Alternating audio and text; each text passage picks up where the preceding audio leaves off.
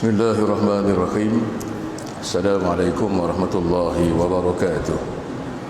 Ila hadratin Nabi Muhammadin Mustafa Rasulillah sallallahu alaihi wasallam wa ala alihi wa ashabihi wa dhurriyyatihi wa qarabatihi wa tabi'in wa tabi'ut tabi'in wa li jami'il muslimin wal muslimat wal mu'minin wal mu'minat al ahya'i minhum wal amwat. Syai'un lillahi lahumul Fatihah. أعوذ بالله من الشيطان الرجيم. بسم الله الرحمن الرحيم. الحمد لله رب العالمين الرحمن الرحيم مالك يوم الدين.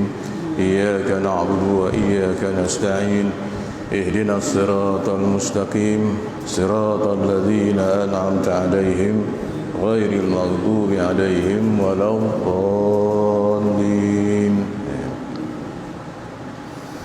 Alhamdulillahilladzi nahmaduhu wa nasta'inuhu wa nastahdihi wa nastaghfiruh wa na'udzu billahi min shururi anfusina wa min sayyiati a'malina may yahdihillahu fala mudilla lahu wa may yudlilhu fala hadiya lahu.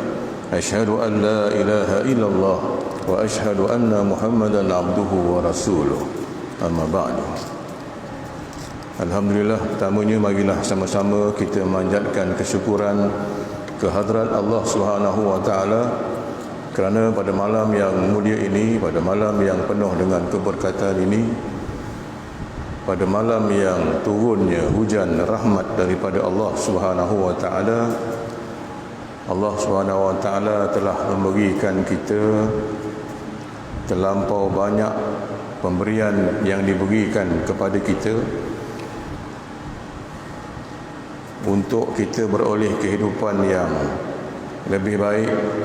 Allah berikan segala-galanya kita kepada kita daripada kita dilahirkan sehinggalah pada malam ini tangan kita, kalau tuan-tuan tengok tangan kita ini daripada kecil Allah jaga, Allah pelihara. Allah jaga, Allah pelihara sampailah ke hari ini.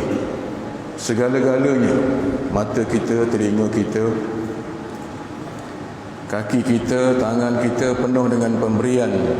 Maknanya hidup kita ini memang penuh dengan pemberian daripada Allah Subhanahu wa taala. Cumanya sejauh mana pula kita memberi ketaatan kepada Allah Subhanahu wa taala. Walaupun ada masa kita sedar kita buat perkara yang tidak betul, tapi Allah tetap beri kepada kita. Kerana Allah memberi ini dia tak minta dibalas. Buatlah jahat macam mana pun tetap Allah beri juga makan, Allah bagi juga minum. Itu yang telah kita bincangkan sebelum ini kaitan dengan Bismillahirrahmanirrahim, sifat kasih sayang Allah Subhanahu wa taala. Jadi untuk malam ini tuan-tuan, maka bermulalah kita baca kitab ni. Pasal dah lama sangat pegang kitab ni, tak dimula-mulakan dia punya baca dia. Kerana kekangan masa saya, alhamdulillah pada malam ini Allah perkenankan. Jadi kita terus buka permulaannya pada muka surat yang kelima. Ini helaian yang paling awal lah. Bismillahirrahmanirrahim. Itu mukadimah yang pertama. Alhamdulillahirabbil alamin. Wassalatu wassalamu ala sayyidina wa maulana Muhammad sayyidil mursalin wa khatamin nabiyyin wa ala alihi wa sahbihi ajma'in. Itu mukadimah yang kedua. Sebagaimana yang saya pernah sebutkan, amalkanlah apa jua pekerjaan kita, adakan kedua-dua mukadimah ini. Adakan. Kalau kita baca naik motor tu, Bismillahirrahmanirrahim. Lepas tu baca Alhamdulillahirabbil alamin wassalatu wassalamu ala sayyidina Muhammad wa ala alihi wa sahbihi ajma'in. Baca doa. Baru baca doa untuk kita berjalan. Kita tengok cermin. Bismillahirrahmanirrahim. Alhamdulillahirabbil alamin wassalatu wassalam. Allah dengan Muhammad itu jangan dipisahkan. Bila sebut Allah, Muhammad ada. Idza dzukirtu dzukirta ma'i. Itu janji Allah. Bila sebut nama dia, nama Muhammad pun sebut sekali. Jadi jangan dipisahkan. Alhamdulillah wassalatu wassalamu ala Sayyidina Muhammad. Apa saja. Macam kita nak makan, bismillahirrahmanirrahim. Alhamdulillahirabbil alamin. Sama. Wassalatu wassalamu ala asyrafil mursalin. Dah habis baru baca doa makan. Allahumma barik lana. Kerana tanpa Allah dan Nabi-Nya Muhammad sallallahu alaihi wasallam, tuan-tuan tak tahu macam mana nak baca doa makan. Jadi kita mohon tertib dia. Dia tak berdosa kalau tuan-tuan tegur baca Allahumma barik lana tu pun tak berdosa. Tapi dari sudut adab kita dengan Allah dan juga Nabi-Nya Muhammad sallallahu alaihi wasallam. Permulaan mabadi, ya ini seri pembukaan ilmu tauhid. Kitab ini sebagaimana yang saya sebut tuan-tuan sebelum ini dikarang, dicipta pada tahun 1952. Jadi apa jua bahasa yang digunakan ini adalah bahasa yang pada tahun tersebut. Ini sebelum merdeka lagi kitab ni. Perkataan mabadi itu bahasa Arab, jamak daripada mabda, asal maknanya punca, mula, terbit, sebab. Maksudnya ialah keterangan yang ringkas atau tujuan sesuatu ilmu sebelum membaca atau belajar ilmu ini. Hari ini itu maknanya 1952. Orang sebut seri pembukaan atau anggaran dasar. Ambil daripada awal. Perkataan mabadi itu bahasa Arab, jamak daripada mabda, asalnya bada'ah. Itu dari sudut bahasa. Apa maknanya? Asal maknanya punca. Makna punca ni asal, usul, mula, terbit, daripada mana datangnya, dan sebab mengapa dia didatangkan, itu dari sudut bahasa.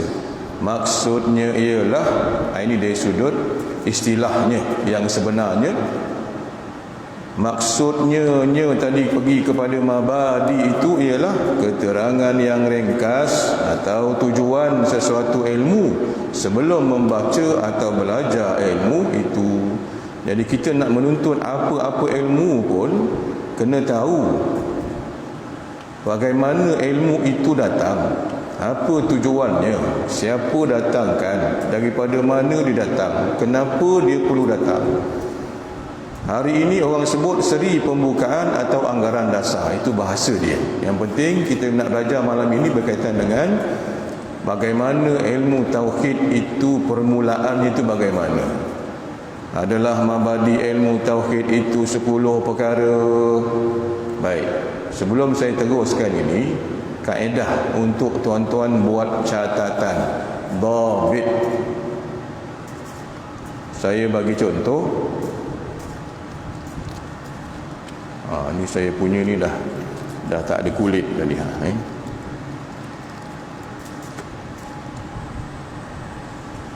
Contohnya, kalau nanti tuan-tuan saya baca, ada yang tak ada dekat sini. Okey. Jadi tuan-tuan boleh tulis. Kalau nampak macam tuan-tuan perlu ingat, oh maknanya ni maknanya usul, tulis. Kat mana yang tuan-tuan nak faham tadi? Katakan mabadi. Tulis nombor 1 atas dia. Tarik ke tepi. Nombor 1 apa maknanya? Akan jumpa lagi, tulis nombor 2. Tarik ke tepi. Nombor 2 apa maknanya? Jadi dia tidak berada pada kawasan ini, supaya kita senang nak buat ulang kaji. Itu kaedah kita buat catatan tepi kitab. Yang pertama, nama ilmu ini iaitu dinamakan ilmu tauhid, ilmu kalam, ilmu usuluddin, ilmu sifat, ilmu aqaidil iman, dan saya tambah satu lagi dipanggil ilmu ma'rifah. Itu boleh tambah. Kerana saya mengambil kira juga kitab-kitab lama yang lain. Okay. Yang pertama, balik semula. Nama ilmu ini iaitu dinamakan ilmu tauhid. Kenapa dinamakan ilmu tauhid?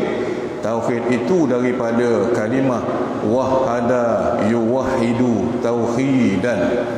Maksud dari segi bahasa tu maknanya dia mengesakan sesuatu. Tapi dari sudut syaraknya, ilmu tauhid ini ilmu menjelaskan tentang bagaimana nak mengesakan Allah Subhanahu wa taala. Apa dia yang nak kita esakan? Esa ni apa? Dia bukan satu. Dia kalau satu ni dia ada dua, ada tiga dan sebagainya.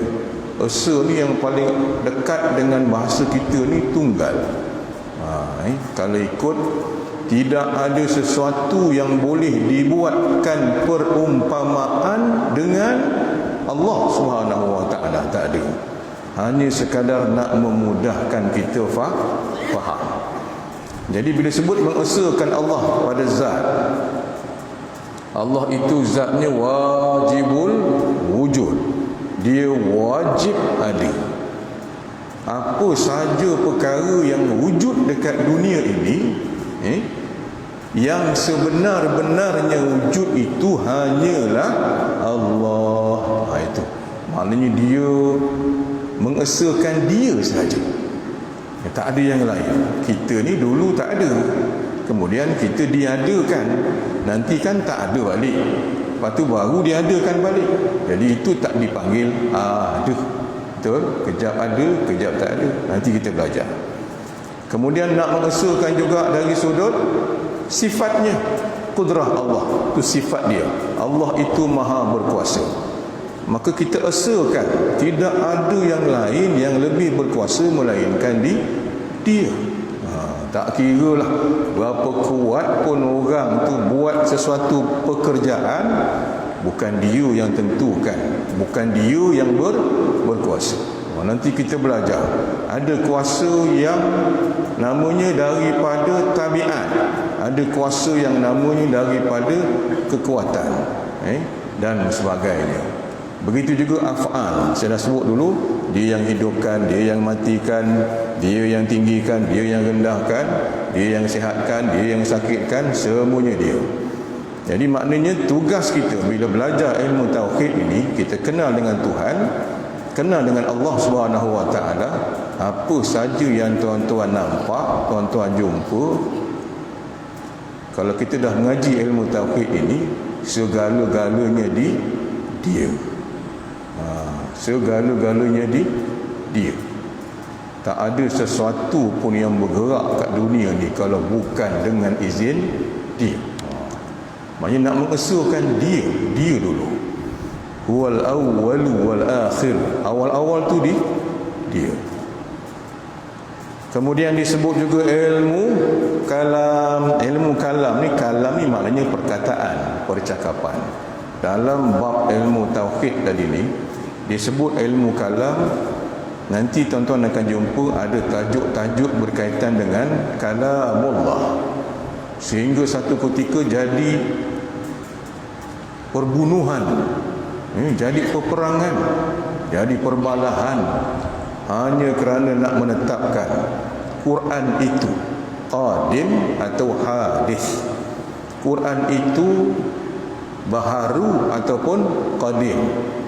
Allah turunkan kalam Allah itu, kalam Al-Quran itu daripada Allah pergi ke Jibril alaihissalam.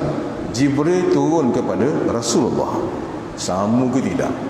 Adakah Allah turunkan kepada Jibril itu Bismillahirrahmanirrahim, sama dengan Nabi terima Iqra bismi rabbikal ladzi khalaq? Kalau Allah turunkan beritahu dengan Jibril Iqra bismi rabbikal ladzi khalaq, seolah-olah Allah dah ada suara, dah ada tulisan, betul? Dah ada huruf, maka mustahil bagi Allah begitu. Jadi bagaimana kita nak faham peringkat kalamullah sehingga jadi perdebatan? Itu disebut ilmu kalam. Yang ketiganya ilmu usuluddin. Usul ni maknanya asal sesuatu. Asal sesuatu. kembali kepada asal usul. Ilmu usul ni penting kita tahu. Kalau tuan-tuan rajin cari kitab, saya lupa nama kitab tu, apa sahaja kehidupan dekat dunia ni dia ada asal usul dia.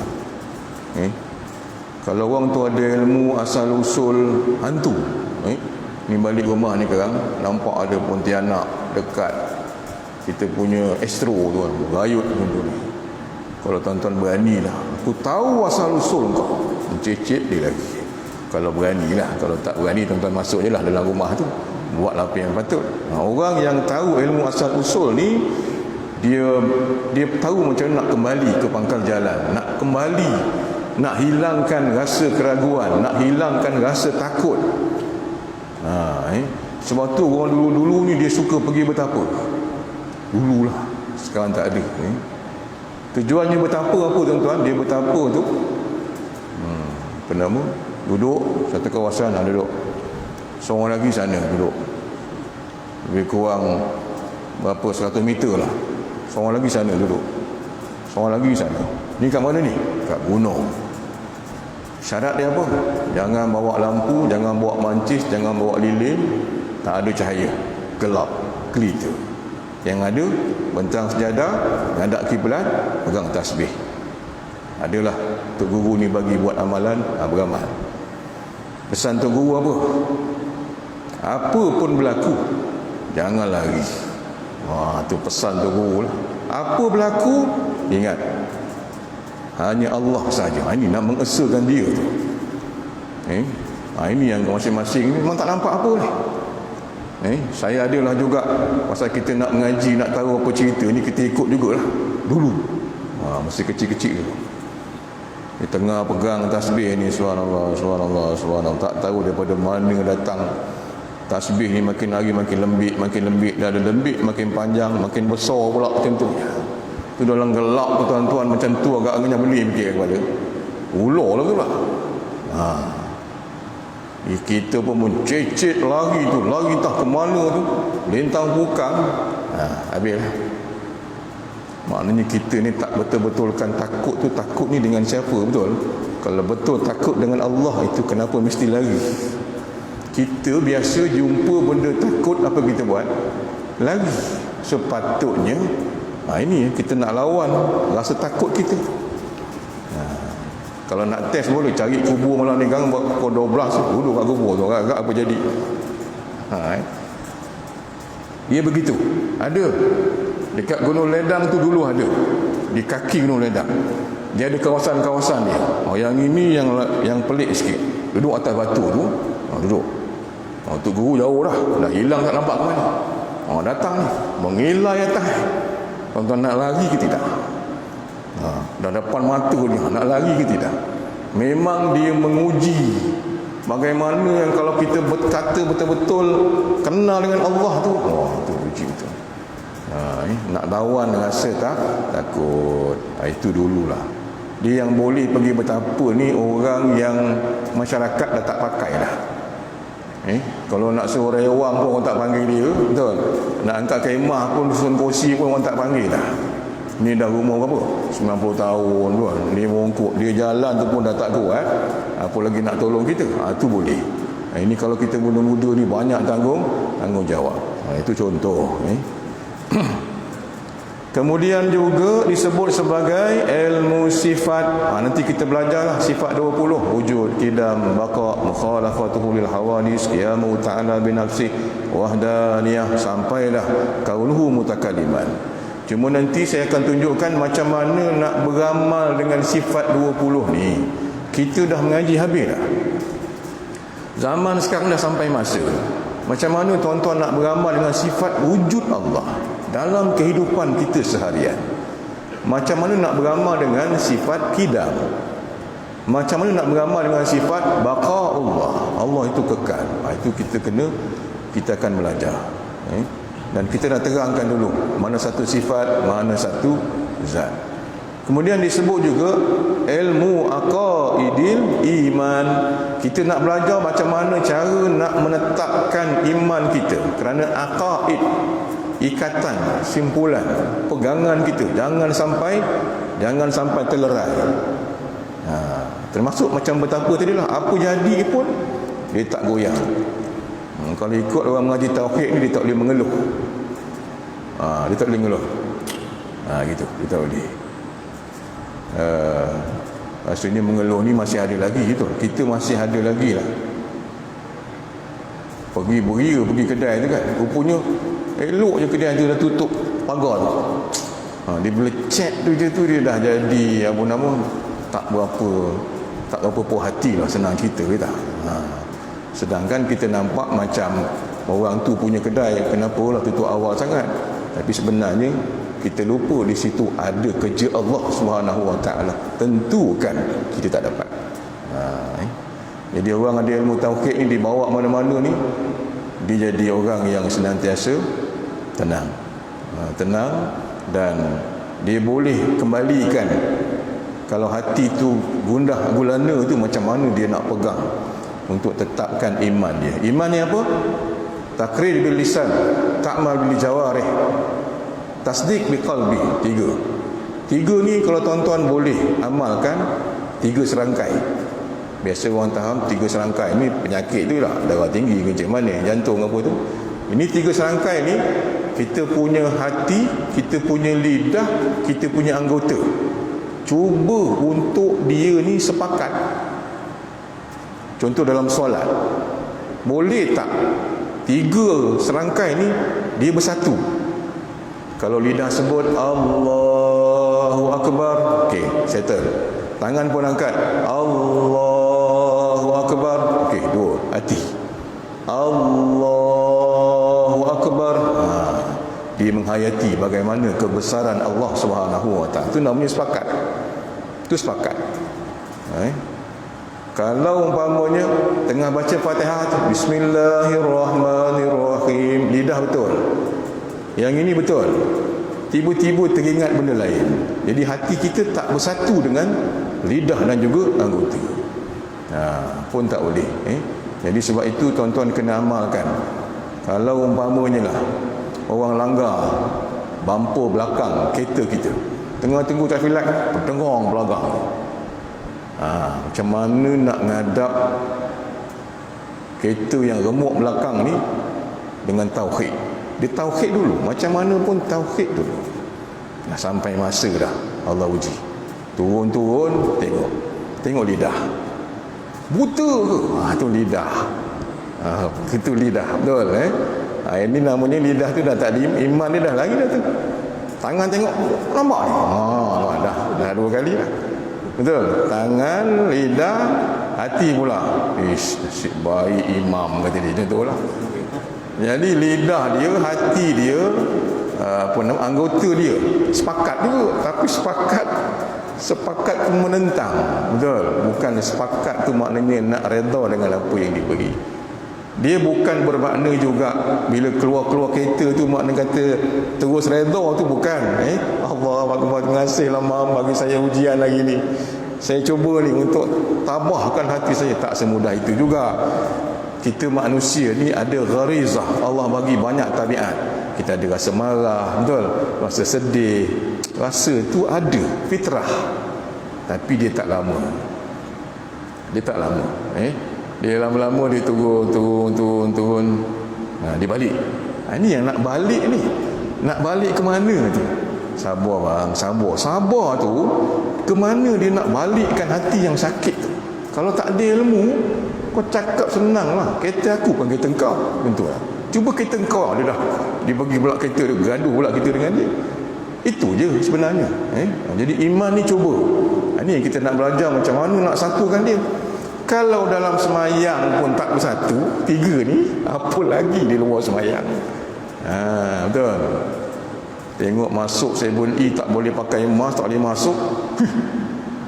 Masuk sikit pun tak boleh. Itu orang boleh rasa marah. Betul. Padahal tahu tu memang salah kita. Kemudian yang seterusnya ilmu ma'rifah, iaitu ilmu mengenal Allah. Dia tak panggil ilmu mengetahui, dia panggil ilmu mengenal. Tahu dengan kenal ni lain, tak sama. Tahu ni dia pada akal, tapi kenal ni pada hati. Ada orang sebut kau tak semayang ke? Aku tahulah, tapi ada tapi. Dia tahu, tapi dia tak kenal. Kalau tuan-tuan perasan, kebanyakan kita, kalau adalah dekat benut ni yang tak semayang, agak-agak dia tahu ke tidak semayang Jumaat tu wajib. Ada lagi tak yang tak tahu? Ada tak orang kampung kita lah, aku tak tahu selama ni kan semayang Jumaat tu sunat. Ada tak orang tahu? Kebanyakan kita tahu, betul? Dia tahu. Orang mencuri sekarang ni, dia curi ayam orang satu reban, dia curi. Dia tahu tak mencuri itu berdosa? Tahu. Sekarang ni bukan zaman batu, tak sampai dakwah Islam. Tahu. Tapi dia tak kenal. Betul? Bila tak kenal ni, dia tak ada rasa. Kita kenal Allah ni sampai rasa. Nak tahu orang tu kenal ke tidak dengan api. Kalau saya sebut api, belum kenal lagi. Tulis A-P-I, belum kenal lagi. Lukis gambar api tu, color warna kuning, merah ke apa, belum kenal lagi. Dia kenal api ni macam mana? Dah kena api tu, betul? Dah kena rasa api tu, memang tak berani dekat dengan api. Kalau tak kenal, memang maut. Betul? Tu contoh. Macam sekarang ni contoh tuan-tuan, katakan ada 2 ekor rimau daripada zoo Johor Bahru nak dipindahkan kepada zoo negara. Tak tahulah COVID ke apa agaknya. Naik lori ni, tiba-tiba entah macam mana rimau ni pun belum makan lagi. Enggak nak bagi makan dekat KL nanti, lain sikit lah makanan tu agaknya lah. Sampai dekat highway Semparanggang tu, terlepas rimau tu. Tak macam mana terbuka pintu belakang ke apa, terlepas. Jadi 2 ekor ni merayap ni. Wartawan, media sosial semua dah, TV dah beritahu. Penduduk masyarakat di Semparanggang, di Benut, sila berjaga-jaga, berhati-hati masuk ke rumah sebab terdapat 2 ekor harimau yang sedang berkeliaran dalam keadaan yang kelaparan. Bila tadi? 6:30 petang tadi. Jadi jalan tak jumpa orang dah lari semua. Sampailah ke Benut ni. Katakanlah rimau tu dah sampai kat traffic light. Rimau tu cari daging. Dia cari daging apa? Jadi sekarang ni yang banyak daging ni dalam masjid ni nampak kali. Orang lain semua dah lagi dah. Kita tak tahu, tak tengok TV. Tiba-tiba dah dengar dah bunyi kat tangga tu. Tuan-tuan nak buat apa?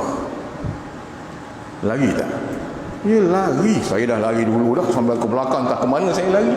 Sebab dalam ramai-ramai ni saya yang banyak daging ni kata mawat ni kakak. Kalau ni kita semua ni lari ni, tindakan kita lari tu sebab kita kenal rimau tu.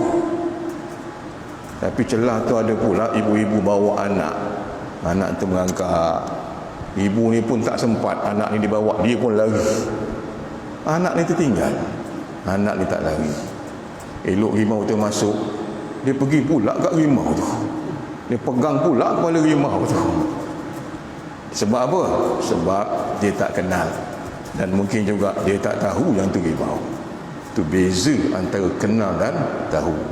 Saya tambah lagi, kita duduk jiran sebelah, kita ada anak Alung, anak yang tua lah, ngaji dekat luar negara, dah 3-4 tahun tak balik raya. Dan Alung ni memang rapat dengan kita, dan dia rapat juga dengan orang sebelah.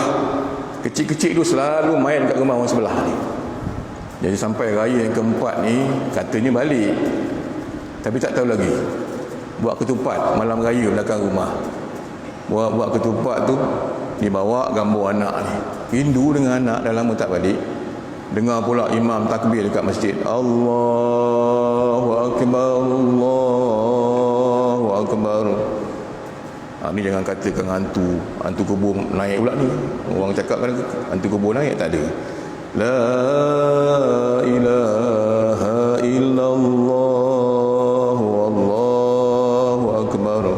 Jadi ibu ni yang rindu dengan anak ni, tengok gambar tadi tu, akhirnya dia menangis. Jadi jiran sebelah bersama dengan dia ni pujuk, dah lah Pak, tak payah nangis lah, nanti balik lah tu, sabar. Tengok, ibu ni dia memang dah lama dengan anak ni, dah lama tak jumpa anak dia. Jiran sebelah ni tak nangis pula. Jiran sebelah ni pun selalu rapat dengan anak ni, tapi dia tak nangis. Sebab dia tahu. Tapi yang ibu ni, dia tahu dan dia juga kenal anak dia sampai boleh menitiskan air mata. Jadi kita nak belajar ilmu mengenal Allah sampai terkesan. Ini yang kita rasa kadang-kadang jadi sulit. Dan ilmu makrifah ni juga ada lagi disebut, ada yang kata ilmu, kalau tuan-tuan pernah dengar, dia kategorikan ilmu syariat, ilmu tarekat, ilmu makrifat, ilmu hakikat. Betul? Ainul yakin, ilmu yakin, ainul yakin, hakul yakin, hakul yakin. Pening orang jadi mana satu yang betul. Dia benda ni tak susah mana pun, jangan disulitkan. Contohnya ilmu yakin. Ilmu yakin ni ilmu yang kita dapat tu kita yakin sungguh. Contoh, ada orang bagi tahu, dekat Tangkak tu ada durian musangking ni. Dia punya sedap, dia punya rupa, dia punya bentuk, dia punya duri. Kita dengar ni, dengar. Tapi kita ingat betul dan kita dapat ilmu tu. Tapi tak tengok lagi, tak rasa lagi, tapi dah boleh cerita dengan orang. Dinamakan ilmu yakin. Satu hari tu pergi ke Tangkak, singgah, nampak tulis musangking. Baru pergi tengok. Bila tengok baru nampak, betul lah duri dia begini. Tu dipanggil ainul yakin. Dah nampak dah. Tapi takkan tengok aja. Betul? Dibuka kan, dia punya bau betul lah. Takkan bau aja, dia rasa. Bila dia makan aja, hakul yakin. Betul? Takkan sebiji. Betul? Diulang lagi. Bila banyak kali tu, hakul yakin. Itu je. Betul? Nak membezakan antara ilmu yakin, ainul yakin, hakul yakin. Jadi kita ni nakkan hakul yakin. Kena rasa. Yang kedua, tempat ambilannya. Tempat ambilan ni maknanya daripada mana datang sumbernya ilmu tauhid, iaitu diterbitkan daripada Quran dan juga hadis, dan saya tambah lagi daripada akal. Ada juga ciri-ciri akal itu guna pakai dalam kita nak sabitkan tauhid Allah Subhanahu wa taala. Kalau daripada Quran kita ada surah Al-Ikhlas, itulah antaranya. Qul huwallahu ahad. Katakanlah wahai Muhammad, bahawasanya Allah itu adalah esa. Itu dalil diambil antara salah satu daripada ayat, ataupun kita kata dari sudut hadisnya, as'adun nas syafaati fi yaumil qiyamah man qala la ilaha illallah. Yang dapat syafaat Nabi nanti, orang yang bahagia itu ialah yang mengucapkan kalimah la ilaha illallah. Dari sudut akal pula ada juga disebut ad-din huwal aqlu la dina liman la aqla lahu. Agama dengan akal dia tak boleh nak berpisah. Dia mesti ada akal baru boleh tetapkan agama dia. Kerana ada ketika-ketikanya memang perlukan dalil akal. Kalau tuan-tuan pernah dengar bagaimana hebatnya Imam Abu Hanifah berlaku di Baghdad, Iraq. Saya mengaji di sana, Jami' di Masjid Jami' Imam Abu Hanifah. Ada lagi sampai sekarang. Ada satu orang hamba Allah ni dipanggil Ad-Dahri. Ni golongan yang tak percaya kepada Allah, tak percaya kepada penciptaan Allah. Dia percaya alam ini jadi dengan sendirinya. Dia dah pergi merata pelusuk negara Arab ketika itu, habis semua ulama-ulama ni tewas, tak boleh jawab soalan dia. Jadi dia tanya, dia kata dia dapat tahu ada seorang ulama besar di Baghdad. yang dia belum tewaskan. Nama ulama itu adalah Hammad. Hammad ini guru kepada Imam Abu Hanifah. Jadi khalifah pada ketika itu buat satu perintah supaya Hammad ini, ulama besar Baghdad, lawan dengan Dahri ini, supaya jangan kata kita tewas. Jadi Imam ulama Hammad ini diminta tempoh besoklah, minta tempoh sehari. Jadi malam tu dia tidur, besok pagi dia bangun, muka dia berubah, dia macam sedih. Jadi Imam Abu Hanifah datang. Masa tu imam tu kecil lagi, dia budak kecil. Dia tanya Tok Guru dia, "Wahai Tok Guru, kenapa muka engkau sedih aja?" "Malam tadi aku mimpi," kata dia. "Aku mimpi ada satu dusun tu luas sangat. Punya luas dusun tu, ada satu pokok tengah-tengah dusun tu, punya lebat buah dia, pokoknya subur.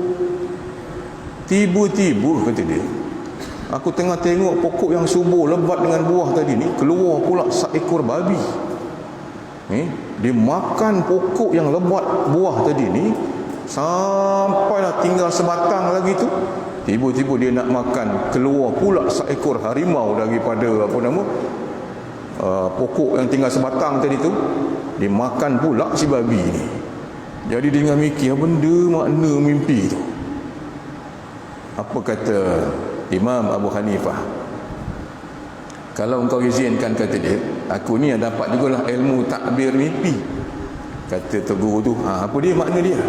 Dia beritahu, dusun yang luas itu adalah agama Allah, agama Islam. Pokok yang subur, yang lebat dengan buah daun tadi tu adalah engkau, guruku Hammad tadi, ulama besar. Babi yang keluar daripada semak-semak tu makan pokok tu, itulah Ad-Dahri yang nak mencabar engkau ni. Habis rimau itulah aku," kata dia. "Jadi izinkan aku," kata dia, "menjawab persoalan debat dengan Ad-Dahri."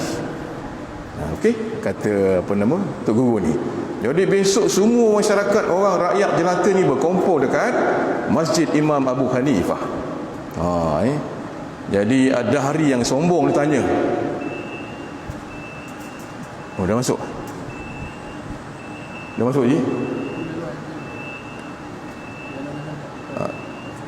Azan lagi sekejap. Boleh sambung sikit ni. Ni dah langgar peraturan ni punya, tapi cerita tak habis lagi.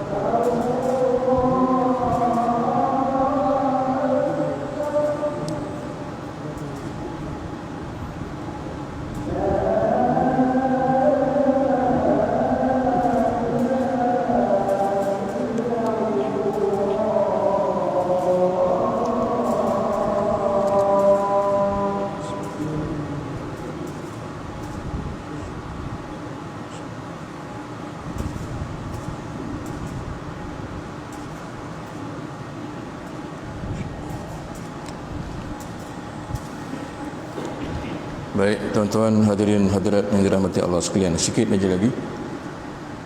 Jadi semua orang di Baghdad itu berkumpul dalam masjid Jami' Imam Abu Hanifah ni. Jadi ada hari ini duduk atas, duduk kat mimbar atas. Dia tanya mana dia ulama besar tu, kata dia, yang kata hebat sangat dekat Baghdad ni. Aku nak berdebat dengan dia. Jadi ulama ni, Hamad ini, dia datang, punya kecilnya siapa nama tu, Imam Abu Hanifah tu, dia masukkan imam dalam jubah dia. Orang tu kan besar, jadi imam tu dalam jubah dia, tak nampak. Jadi semua orang pandang ulama besar ni, dan dia pun buka jubah dia tu, selak tu, keluarlah apa nama Imam Abu Hanifah. Inilah dia, budak yang akan menjawab, berdebat dengan kau. Jadi dia tak nak, takkan budak tak sesuai nak jawab soalan aku. Ulama kat lain semua dah kalah, takkan nak bagi budak. Kata apa nama imam tadi, sebelum kau kalahkan guru aku, kau kalahkan aku dulu, kata dia. Beraninya Imam Hanifah ni. Jadi akhirnya tak apalah, kata Dahri ni, aku bagi tak banyak, 3 soalan dia, kata dia. Soalan pertama, dia kat atas ni, jadi budak ni kat bawah. Dia tanya dengan Imam Hanifah ni, Allah itu ada? Ya. Kat mana dia tu? Kat mana tempat? Takkan ada sesuatu yang ada, mesti ada tempat. Macam mana sesuatu ada tapi tak bertempat? Jawapan daripada budak ni tadi, Imam Abu Hanifah, kan susah soalan ni. Dia tak jawab pakai dalil, pakai akal. Apa jawapan ni Abu Hanifah? Jawapan tu, kata dia, ada pada engkau, ada pada tubuh engkau. Percaya tak? Tubuh engkau tu ada roh. Ada? Kat mana letak roh engkau? Kat kepala ke? Kat kaki ke? Kat tangan ke? Kat depan ke? Kat belakang? Garu-garu si apa nama ada hari ini tak boleh jawab. Dia tak boleh jawab. Dia tak boleh jawab pertanyaan budak ni. Betul ke tidak? Dalam tubuh engkau tu ada roh. Betul? Kat mana letak roh tu? Kalau roh engkau sendiri pun tak tahu letak kat mana, jangan ceritalah kat mana letaknya Allah tu, kata dia. Okey, 1-0. Bersorak orang masjid. Suka. Yang kedua tanya pula. Baik, soalan kedua, kata dia. Apa yang terlebih dahulu daripada apa nama? Apa dulu daripada Allah dan apa selepas daripada Allah? Sebelum Allah tu apa? Selepas Allah tu apa? Tak kepelik soalan tu. Imam Abu Hanifah ni memang cerdik, memang hebat. Apa dia jawab? Baik, jawapannya ada pada tangan kau, kata dia. Engkau ulurkan tangan kau tu, dia ulurkan tangan ni.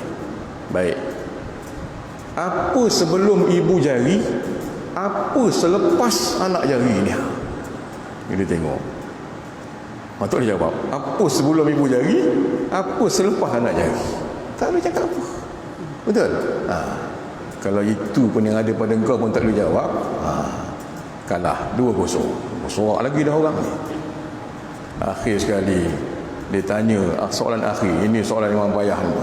Kalau kita pun terduduk kita nak jawab. Dia pun tanya, okay, soalan ketiga, kata dia. Kalau kau betul ni hebat, kata dia, anak murid kau ni hebat, kata dia, beritahu aku, Allah tengah buat apa sekarang? Dia tanya Allah tengah buat apa sekarang. Imam Abu Hanifah ni cerdik. Apa dia cakap? Inilah, kata dia, rasa tak adil. Asyik engkau je kat atas, aku je kat bawah, kan? Bagilah aku peluang naik atas pula. Engkau ke bawah, kata dia. Okey? Pula tu naik atas. Jadi yang sudah hari ni turun, jadi Imam Hanifah naik atas. Maka dia jawab, inilah yang sedang dibuat oleh Allah, kata dia. Yang benar itu naik ke atas, yang bohong itu turun ke bawah, kata dia. Tengok jawapan dia. Betul juga, betul tak? Dia punya akal. Maka sejak daripada hari itu, nama Imam Abu Hanifah ini sangat terkenal sehingga jadi seorang imam. Itu dia guna akal. Sama juga bagaimana seorang padri itu dia mencabar satu orang pemuda, Kalau engkau boleh jawab soalan aku ni, aku masuk Islam, kata dia. Dia tanya, aku dengar agama engkau sebut nanti di akhirat nanti ada satu pokok dan semua makhluk manusia bernaung bawah pokok tu. Mustahil, kata dia. Apa penjelasan kau? Budak ni jawab, tak mustahil, kata dia. Sekarang ni bukan, jangan cerita ke akhirat, cerita sekarang ni. Matahari yang ada dekat sini dengan matahari yang ada dekat Amerika, dekat Saudi, dekat Eropah ni sama ke tidak? Sama. Kalau di dunia Allah boleh buat satu benda menerangkan satu alam, ini kan pula di akhirat. Betul juga. Lagi sekali soalan lain pula. Baik, soalan kedua, ditanya lagi. Aku dengar dalam agama engkau sebut nanti di syurga ada satu saluran sungai. Sungai, daripada sungai itu mengalir air yang lain. Air syurga lah, air minuman lain. Contohnya, jadi daripada sungai yang satu ni dia mengalir. Sini mungkin air tembikai ke, ni mungkin air oren ke, ni mungkin air mana mungkin, kata dia, daripada satu sungai boleh mengalir air yang lain. Dia tak percaya ada kat situ, kat syurga ada. Pemuda ni jawab, ada, apa tak ada pula, kat dunia dah ada. Tak percaya, kata dia. Satu hari tu kau minum air masak lah, air mineral tu, minum pagi, tengah hari, petang, malam, minum air tu je. Yang keluar dekat telinga, air lain. Yang keluar dekat hidung, air lain. Yang keluar kat bawah, air lain. Kat mata, air lain. Mana ada keluar tu air suam? Tak ada. Beliak juga mata padri tu. Kalah lagi. Akhirnya dia sebut, baik, last. Ni kalau kau jawab, kau masuk Islam, kata dia. Aku dengar kat syurga nanti kita semua ni, kata dia, makan tapi tak berak. Betul, makan tak berak-berak, kata. Mana mungkin, kata dia. Ada, berlaku, kata dia. Bila kita dalam perut ibu tu, makan ke tidak? Makan tak? Makan, tak berak. Bila dia berak? Dah keluar tu baru berak. Berapa lama? Jadi akhirnya dia masuk Islam. Jadi ada ketikanya memang itu di hubungan agama dengan akal. Jadi insya-Allah tuan-tuan, cukup untuk malam ini sampai nombor 2. InsyaAllah nanti kita akan sambung nombor 3 dan seterusnya. Jadi dah diberi zikir ni, kita baca sikit lah ni.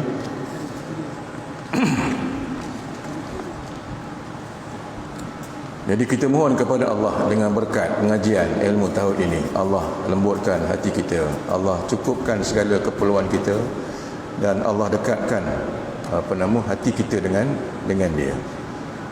Ya Latifu ya Kafi ya Hafizu ya Syafi Allah ya Latifu ya Wafi ya Karimu anta Allah mawjud la ilaha illallah la ilaha illallah maksud la ilaha illallah la ilaha illallah ma'bud la ilaha illallah la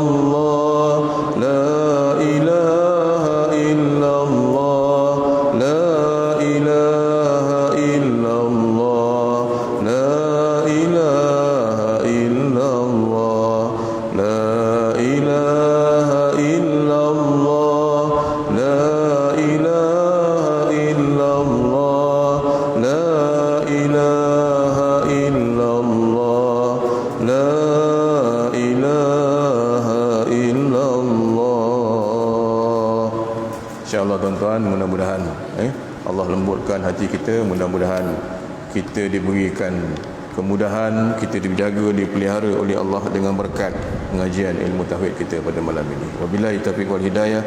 Wassalamualaikum warahmatullahi wabarakatuh.